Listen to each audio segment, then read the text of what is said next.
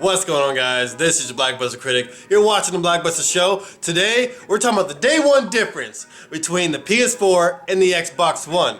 Both of these platforms are receiving day one patches. They're required to unlock certain features. We're going to talk about both the patches available for both these platforms and the main differences between the two. There's some big differences, guys.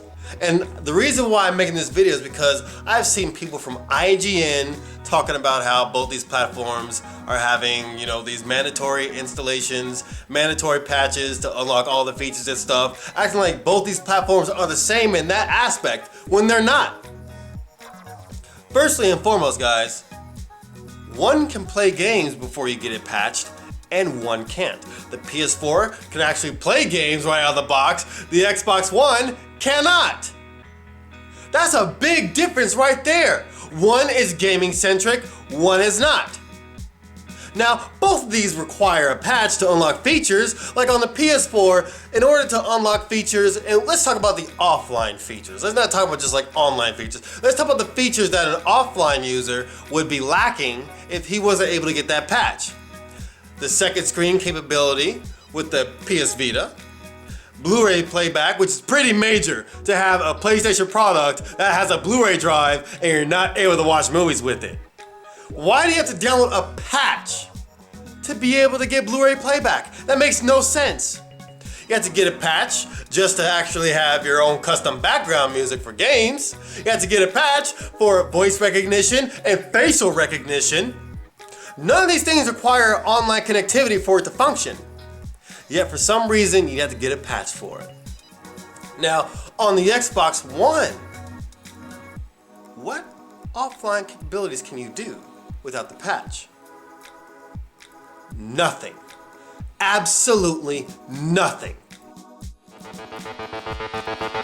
What's up, everybody? Damon here with IGN News. Microsoft has confirmed that the Xbox One won't be able to do anything until a mandatory day one update is installed.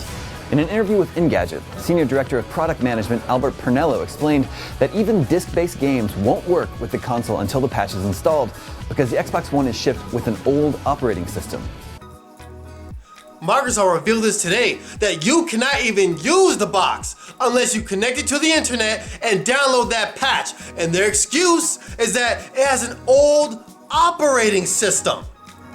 Well, let me ask you this, Microsoft. Why didn't you upgrade it before it went into production? Because according to you, September 3rd is when you guys started mass producing the Xbox One. And all these changes regarding the DRM and doing some overclocking and such, you guys made these changes before September 3rd. In fact, weeks, even just a month after E3. So why do we have to go online to download a patch for you guys so that we can play our games? And not only that, guys, but even after you get online and download this patch just to be able to use your Xbox One, most of the features you can't even use anyway because you have to pay for Xbox Live Gold.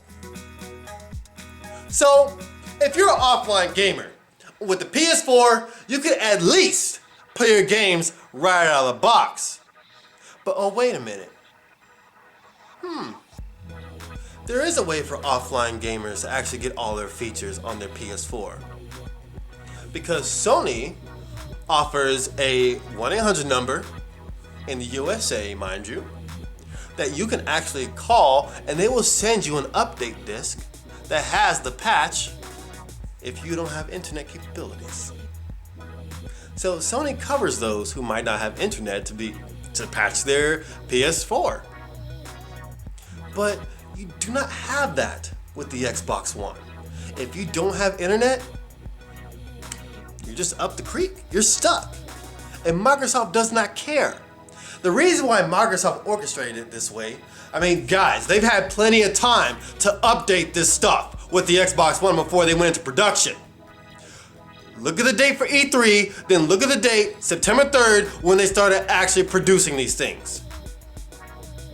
That's a lot of time. They had the time to do this. The reason why they made it this way was so that you could get online. And the only people who actually have an Xbox One, the only people they want to have an Xbox One are those with internet connectivity. Microsoft does not care about those who don't have internet access. That's the day one difference. One is gaming centric, one is consumer centric, while the other only upholds and only services Microsoft's needs. Come on and feel it.